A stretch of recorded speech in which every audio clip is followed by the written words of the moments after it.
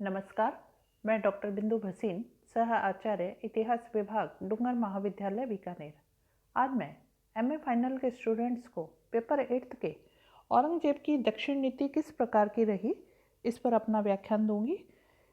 तो कहा जाता है कि औरंगजेब ने अपने 50 वर्षों के शासनकाल के अंतिम जो 25 साल थे वो दक्षिण की समस्याओं को सुलझाने में ही व्यतीत कर दिए। अपने पूर्वजों की भांति ही औरंगजेब भी कहते हैं साम्राज्यवादी था और संपूर्ण भारत में एक छत्र साम्राज्य स्थापित करने का सपना देखा करता था। औरंगजेब अपने पिता के शासनकाल में 2 बार दक्षिण का गवर्नर भी रह चुका था, अतः दक्षिण की स्थिति को वह काफ़ी अच्छी तरह से समझता था और दक्षिण के राजाओं की दुर्बलता को भी जानता था। निसंदेह अपने पिता के शासनकाल में वह दक्षिण के बीजापुर और गोलकुंडा के राज्यों पर विजय प्राप्त कर चुका था, लेकिन पिता के हस्तक्षेप के कारण वह इस विजय को पूर्ण नहीं कर पाया था। इसलिए उसके दक्षिण अभियान के हम कुछ कारण बता सकते हैं, जैसा कि वह साम्राज्यवादी प्रवृत्ति का था। अपने पिता के जीवन काल की दक्षिण विजयों को वह पूर्ण करना चाहता था।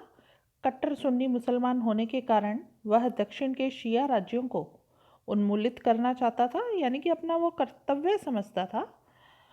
डॉक्टर रमेश चंद्र मजूमदार कहते हैं कि शाहजहां की भांति औरंगजेब का भी दक्षिण के शिया सुल्तानों के साथ व्यवहार कुछ अंश में साम्राज्यवादी और कुछ अंश में धार्मिक विचारों से प्रभावित था। और एक कारण हम बता सकते हैं कि दक्षिण में इन दिनों मराठों ने अपनी शक्ति काफ़ी बढ़ा ली थी और मराठे जो थे वो हिंदू थे, अतः उनके उत्थान को औरंगजेब सहन नहीं कर सकता था। मराठों का प्रभाव गोलकुंडा और बीजापुर के राज्यों में उत्तरोत्तर बढ़ता जा रहा था, लेकिन औरंगजेब जो था वो इन राज्यों को मुगल साम्राज्य में सम्मिलित करना चाहता था। उसके जो दक्षिण अभियान है उसमें से सबसे पहला हम ले सकते हैं बीजापुर राज्य पर उसने किस तरह से विजय हासिल करी। कहते हैं शाहजहां जो है उसके शासन में भी औरंगजेब ने बीजापुर पर आक्रमण किया था, जिसके फलस्वरूप बीजापुर ने संधि की थी। लेकिन जब मुगल राजकुमारों में उत्तराधिकार का युद्ध शुरू हुआ था तो आदिल शाह ने संधि का उल्लंघन करना आरंभ कर दिया था। अतः उत्तराधिकार के युद्ध से छुटकारा पाने के बाद औरंगजेब ने 1665 में आमेर के मिर्जा जयसिंह को बीजापुर के विरुद्ध भेजा था। राजा जयसिंह को शिवाजी का दमन करने का भी आदेश मिला था। जयसिंह ने शिवाजी को परास्त कर उनसे पुरंदर की संधि करी थी और संधि की शर्त में यह था कि शिवाजी के सहयोग से बीजापुर पर आक्रमण किया जाएगा। इधर जो अली आदिल शाह है उसने भी काफ़ी रक्षात्मक तैयारियां कर ली थी। अब इस संघर्ष का फिर परिणाम क्या निकला कि जयसिंह को बिना कुछ किए ही वापस लौटना पड़ा। अतः ये जो चढ़ाई थी वो सैनिक दृष्टि से विफल रही थी। जेएन सरकार लिखते हैं कि न 1 इंच भूमि मिली, न किसी किले का पत्थर हाथ आया और न युद्ध क्षति के रूप में एक पैसा मिला। आर्थिक दृष्टि से इससे घोर संकट उत्पन्न हुआ। शाही कोष का 30 लाख रुपया खर्च करने के अतिरिक्त कहते हैं जयसिंह ने अपने पास से 1 करोड़ रुपया भी खर्च किया था। अतः बीजापुर राज्य की सफलता से प्रभावित होकर गोलकुंडा जो राज्य था वो उससे मेल करने लग गया था। औरंगजेब को जब यह समाचार सुनने को मिला तो वह बहुत कहते हैं नाराज हुआ और उसने जयसिंह को वापस बुला लिया था। जयसिंह इससे काफ़ी दुखी हुआ और कहते हैं लौटते समय बुरहानपुर में 1666 ईस्वी में उनकी मृत्यु हो गई और अगले 10 वर्षों तक मुगलों का बीजापुर पर कोई भी आक्रमण नहीं हुआ था। कहते 24 नवंबर 1662 ईस्वी को आदिल शाह की मृत्यु के साथ ही बीजापुर की जो कीर्ति है वो भी समाप्त हो गई थी। सुल्तान का 4 वर्षीय पुत्र जो सिकंदर आदिल शाह है उसको गद्दी पर बैठाया गया था। सुल्तान के अल्पवयस्क होने के कारण बीजापुर में सामंतों के 2 दल बन गए थे। एक दल अफगानों का था और दूसरा दल अबिसिनियन लोगों का था। इन दोनों ही दलों में आपस में संघर्ष चलता रहता था।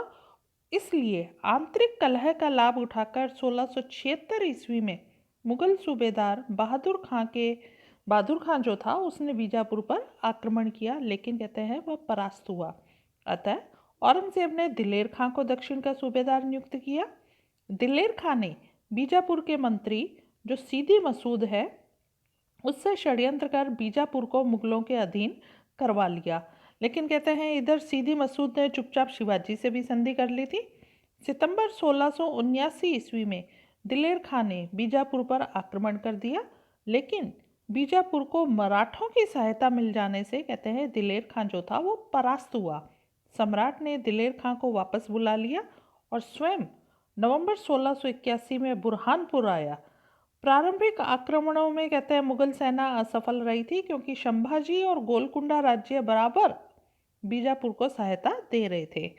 लेकिन अंत में 13 जुलाई 1686 ईस्वी में जब औरंगजेब स्वयं बीजापुर की ओर रवाना हुआ और सम्राट के निर्देशानुसार घेरा मजबूत किया गया, बीजापुर के किले में निरंतर कहते हैं दूसरी तरफ रसद का अभाव बढ़ता जा रहा था। अतः रविवार 12 सितंबर 1686 ईस्वी को आदिल शाह की सेना को आत्मसमर्पण करना पड़ गया था। औरंगजेब ने बीजापुर के सुल्तान सिकंदर आदिल शाह को 1 लाख रुपया वार्षिक पेंशन देकर उसे दौलताबाद के दुर्ग में बंद करा दिया और बीजापुर का राज्य जो था वो मुगल साम्राज्य में मिला लिया। उसकी दक्षिण नीति का दूसरा जो पड़ाव है, दूसरा जो घेरा है, वो है गोलकुंडा में कुतुब शाहों का अंत। दक्षिण का दूसरा प्रधान राज्य गोलकुंडा था। कहते हैं इस समय जो गोलकुंडा है उस पे शासक था अबुल हसन, जो कि बड़ा ही अकर्मण्य और विलासी था। अतः शासन प्रबंध जो था वो 2 ब्राह्मण मंत्रियों के हाथ में था, जिनके नाम थे मदन्ना और अकन्ना। राज्य में ब्राह्मण मंत्रियों की प्रधानता और गोलकुंडा की शिवाजी से मित्रता औरंगजेब के लिए असहनीय थी। बीजापुर से निपटने के बाद औरंगजेब ने 1685 में शहजादा मुअज्जम के नेतृत्व में एक सेना गोलकुंडा पर आक्रमण के लिए भेजी थी। जब मुअज्जम को युद्ध में सफलता नहीं मिली तो उसने गोलकुंडा के सेनापति मोहम्मद इब्राहिम को घूस देकर अपनी ओर मिला लिया और सुल्तान अबुल हसन हैदराबाद से निकलकर गोलकुंडा के दुर्ग में आ गया। शहजादा मुअज्जम ने हैदराबाद पर भी अधिकार किया। अंत में विवश होकर सुल्तान ने मुअज्जम के सम्मुख आत्मसमर्पण कर संधि का प्रस्ताव रखा। गोलकुंडा को कहते हैं मनमाने ढंग से लूटकर मुगलों ने उसे खाली कर दिया था, लेकिन औरंगजेब गोलकुंडा को स्वतंत्र नहीं देखना चाहता था। अतः बीजापुर को पूर्ण रूप से अधिकृत करने के बाद 7 फरवरी 1687 को 70 वर्षीय औरंगजेब ने स्वयं सेना सहित गोलकुंडा में प्रवेश किया। कहते हैं गोलकुंडा राज्य की ओर से जो दुर्ग की रक्षा का भार था वो था अब्दुल रज्जाक नामक एक वीर सैनिक के पास में। उसने बड़ी ही वीरता और साहस से मुगल सेना का सामना किया। 8 महीने तक मुगल सेना ने घेरा जारी रखा, जिससे मुगलों को बड़ी ही हानि हुई थी। अंत में 21 सितंबर 1687 ईस्वी को शाही सैनिकों ने दुर्ग में कहते हैं प्रवेश कर लिया और उस पर अधिकार कर लिया। साहसी अब्दुल रज्जाक जो है वो युद्ध करता हुआ वीरगति को प्राप्त हुआ। अबुल हसन के लिए 50,000 रुपया वार्षिक पेंशन निर्धारित करके उसे दौलताबाद के दुर्ग में भेज दिया गया और गोलकुंडा के समस्त दुर्गों को मुगल साम्राज्य में मिला लिया गया।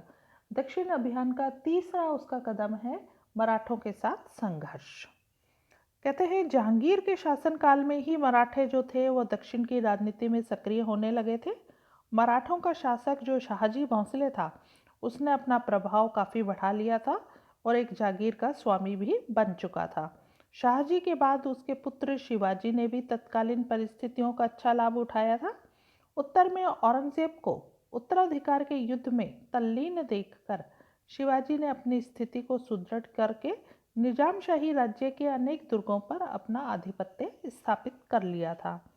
जब गोलकुंडा और बीजापुर राज्यों के मुगल साम्राज्य में मिल जाने से मुगल और मराठा राज्यों में सीधा संपर्क स्थापित हो गया, तो ये राज्य जो थे मुगल मराठा राज्य के मध्य में स्थित थे। अतः इन राज्यों में संघर्ष होना अनिवार्य हो गया था। इसके साथ साथ मराठों का दमन किए बिना औरंगजेब जो है वो संपूर्ण भारत को एक छत्र राज्य के नीचे लाने का सपना अपना पूरा नहीं कर सकता था। इस समय कहते हैं महाराष्ट्र जो है औरंगजेब के विद्रोहियों जो हैं उनका शरण स्थल भी बना हुआ था। अतः इस शरण स्थल का विनाश करना मुगल साम्राज्य की सुरक्षा के लिए आवश्यक था। इसलिए औरंगजेब ने कहते हैं शाइस्ता खां को भेजा। और ये सब मैं पूर्व के व्याख्यान में बता चुकी हूँ कि शिवाजी का औरंगजेब के साथ क्या संबंध रहा है। तो अगले हम कदम पे चलते हैं कि शिवाजी के उत्तराधिकारियों से औरंगजेब का संघर्ष किस तरह से रहा। तो शिवाजी की मृत्यु के बाद युद्ध का संचालन उनके पुत्र संभाजी ने किया। संभाजी ने औरंगजेब के विद्रोही पुत्र अकबर को शरण दी थी। इस पर औरंगजेब काफी क्रोधित हुआ था। उसने अकबर का पीछा करने हेतु संभाजी पर चारों ओर से आक्रमण किया, लेकिन मुगल सेना को निराश होना पड़ा। संभाजी ने कूटनीति का कहते हैं अभाव था। 11 फरवरी 1689 ईस्वी में वह मुगलों द्वारा कैद कर लिया गया था और औरंगजेब की अधीनता स्वीकार न करने पर मार्च 1689 ईस्वी में उसका वध कर दिया गया था। संभाजी की मृत्यु के बाद उसके भाई राजा राम ने मराठा स्वाधीनता का जो संग्राम चल रहा था उसका नेतृत्व संभाला। औरंगजेब ने राजा राम को दबाने के लिए शाही सेना महाराष्ट्र के सुप्रसिद्ध दुर्ग रायगढ़ पर आक्रमण करने के लिए भेजी। राजा राम जो था वो सपरिवार दुर्ग से भागकर कर्नाटक के जिंजी दुर्ग में चला गया था। तो औरंगजेब का अगला निशाना क्या था कि उसने जिंजी दुर्ग को घेर लिया। यह घेरा भी कहते हैं लगभग 9 वर्षों तक चलता रहा और 1698 ईस्वी में मुगलों ने इस दुर्ग पर अधिकार किया। परंतु कहते हैं राजा राम वहां से भी भागकर सतारा चला गया, जहां उसने पुनः मराठों को संगठित करना शुरू कर दिया था। 1700 ईस्वी में राजा राम की मृत्यु होगी, तो उसके बाद उसकी पत्नी ताराबाई ने मराठों का नेतृत्व संभाला और मुगलों से कहते हैं कड़ा संघर्ष किया। अब मराठों ने एक बार पुनः संगठित होकर अहमदाबाद, मालवा, बरार पर धावे बोले, लेकिन औरंगजेब कुछ ना कर सका। तो इस तरह से हम कह सकते हैं कि औरंगजेब अपने जीवन के अंत तक मराठों से संघर्ष करता रहा, लेकिन वह असफल ही रहा। दक्षिण में मराठों के विरुद्ध औरंगजेब की विफलता के क्या कारण रहे, उसमें हम सबसे पहला एक कारण ले सकते हैं कि मराठों को जो महाराष्ट्र की भौगोलिक स्थितियां थी उनका बहुत सहयोग मिला था। उबड़ खाबड़ ऊंची नीची जमीन वाला महाराष्ट्र प्रदेश है। यहाँ यातायात के साधनों का सर्वथा अभाव रहा। मुगल सेना जो कि मैदानी भागों में युद्ध करने की अभ्यस्त थी, इस प्रदेश में सफलतापूर्वक युद्ध नहीं कर सकी। लेकिन जब दूसरी ओर कहते हैं मराठे इन परिस्थितियों के अभ्यस्त थे। दूसरा कारण हम ले सकते हैं मराठों द्वारा राष्ट्रीय युद्ध, कि मराठे अपने देश, जाति, धर्म, सभ्यता, अपनी संस्कृति के लिए लड़ रहे थे। इसलिए उनके युद्ध ने राष्ट्रीय संग्राम का रूप धारण कर लिया था। इसके विपरीत मराठों के विरुद्ध औरंगजेब द्वारा लड़ा गया जो युद्ध था ये था साम्राज्यवादी और सांप्रदायिकता की भावना से प्रेरित था। मुगल सेना दक्षिण में हिंदू सत्ता को समाप्त कर मुगल सत्ता स्थापित करना चाहते थे, अतः मुगलों में केवल सैनिक बल था, नैतिक बल का अभाव था। छापामार पद्धति से भी मुगल सेना को जो थी वो अनभिज्ञ थी, इसलिए भी कहते हैं औरंगजेब विफल रहा। अगला कारण हम कह सकते हैं मराठों को जो था वो कुशल नेताओं की सेवाएं प्राप्त हुई थी, जैसे कि संभाजी, राजा राम, ताराबाई। इनका अदम्य उत्साह और साहस के साथ मराठा जो थे स्वतंत्रता संग्राम के नेतृत्व कर रहे थे। तो दूसरी ओर जो युद्ध औरंगजेब कर रहा था वो उत्साह और साहस का तो निरंतर अभाव उसमें होता जा रहा था, क्योंकि वह वृद्ध हो रहा था। संदेहशील स्वभाव होने के कारण वह नित्य अपने सेनानायकों को बदलता रहता था, जिससे एक स्थिर नीति लागू नहीं हो पाती थी। दक्षिण के शिया राज्यों का विनाश औरंगजेब के लिए विनाशकारी था। कुछ इतिहासकार का मानना है कि दक्षिण के शिया राज्यों का उन्मूलन औरंगजेब के लिए घातक सिद्ध हुआ, क्योंकि दक्षिण के इन शिया राज्यों का विनाश करने के बाद दक्षिण में बढ़ती हुई मराठा शक्ति को प्रतिबंधित करने वाली कोई दूसरी शक्ति नहीं रह गई थी। अतः यदि औरंगजेब ने बीजापुर और गोलकुंडा राज्यों का दमन नहीं किया होता तो संभवतः उसे मराठों के विरुद्ध कहते हैं उन शिया राज्यों की मदद मिल गई होती। इस तरह से हम कह सकते हैं कि दक्षिण में मराठों के विरुद्ध औरंगजेब की विफलता के ये कारण रहे हैं। अब औरंगजेब की दक्षिण नीति के परिणामों को अगर हम जानने की कोशिश करें तो पता लगता है कि जनधन की हानि हुई है। यद्यपि दक्षिण के शिया राज्यों का विध्वंस कर देने से औरंगजेब को लूट और नजराने में बहुत सा धन मिला, लेकिन ये जो धन मिला है वो इतना अधिक नहीं था जितना कि इन युद्धों में खर्च हुआ है। मुगल राजकोष बिल्कुल रिक्त होने की स्थिति पे आ गया था। कृषि और व्यापार को भी बड़ा आघात पहुंचा था। दक्षिण में प्राय अकाल पड़ते रह रहे थे, जिसके कारण आर्थिक स्थिति और अधिक खराब हो गई थी। सैनिक शक्ति का भी ह्रास हुआ था। अनेक सैनिक मारे गए। केवल रण क्षेत्र में ही नहीं बल्कि महामारी और रोगों के प्रकोप के कारण भी असंख्यक सैनिक जो हैं वो कालकलवित हो गए थे। उत्तर भारत में अराजकता कहते हैं जब औरंगजेब 25 वर्षों तक दक्षिण भारत में संघर्षरत रहा, इतने लंबे समय तक उत्तरी भारत में उसकी अनुपस्थिति होने से राजनीति पर भी इसका व्यापक प्रभाव पड़ा। उत्तर भारत में अराजकता, अनुशासनहीनता फैल गई। औरंगजेब सशक्त तरीके से न तो सीमा की सुरक्षा कर सका और न ही राजपूतों की शक्ति पर ही नियंत्रण लगा सका, जिससे कहते हैं राजपूत एक बार पुनः स्वतंत्र सत्ता स्थापित करने का अपना जो पुराना उनका सपना था वो साकार करने के लिए उद्वेलित हो उठे थे। मुगल सैनिकों में भी असंतोष हो गया था। कहते हैं इतने लंबे समय तक मुगल सेना जो युद्ध चल रहे हैं उसका मुगल सेना पर बड़ा ही बुरा प्रभाव पड़ा। निरंतर युद्ध करते रहने से सैनिक ऊब गए थे और समय पर वेतन न मिलने से उनमें बड़ा ही असंतोष फैल गया था। जो सैनिकों का उत्साह है वो धीरे धीरे कम होने लग गया था और सेना की जो रण कुशलता है उसमें भी कमी आने लग गई थी। मुगल साम्राज्य की प्रतिष्ठा पर भी धक्का लगा था क्योंकि मराठों के विरुद्ध सफलता हासिल नहीं कर सके थे। साहित्य और कला का भी ह्रास हुआ था। दक्षिण के युद्धों का कहते हैं सांस्कृतिक जीवन पर भी बड़ा बुरा प्रभाव पड़ा। देश में निरंतर युद्धों का वातावरण रहने के कारण साहित्य और कला जो है वो उन्नति नहीं कर पाए, क्योंकि विद्वानों, कवियों, साहित्यकारों और कलाकारों को राज्यश्रय ही मिलना मुश्किल हो रहा था, नहीं मिल पाया था। उत्तरी भारत के साथ साथ दक्षिण भारत भी सांस्कृतिक रूप से बिल्कुल ही कम विपन्न हो गया था। मुगल साम्राज्य के पतन का बीज। अनेक इतिहासकार कहते हैं कि औरंगजेब की दक्षिण नीति को मुगल साम्राज्य का पतन का कारण मानते हैं। हेग महोदय कहते हैं कि दक्षिण में उसके सभी अच्छे से अच्छे सैनिक लगे रहे और अयोग्य सेनाओं और अपर्याप्त धन के सहारे उत्तर के उपजाऊ और धनी आबादी के प्रांतों और बड़े बड़े नगरों में व्यवस्था बनाए रखने में वो असफल रहे थे। V.S. स्मिथ कहते हैं कि दक्षिण भारत उसकी प्रतिष्ठा और उसके शरीर की समाधि सिद्ध हुआ। यह उसके शरीर की ही नहीं वरन उसके साम्राज्य की भी समाधि सिद्ध हुआ। धन्यवाद।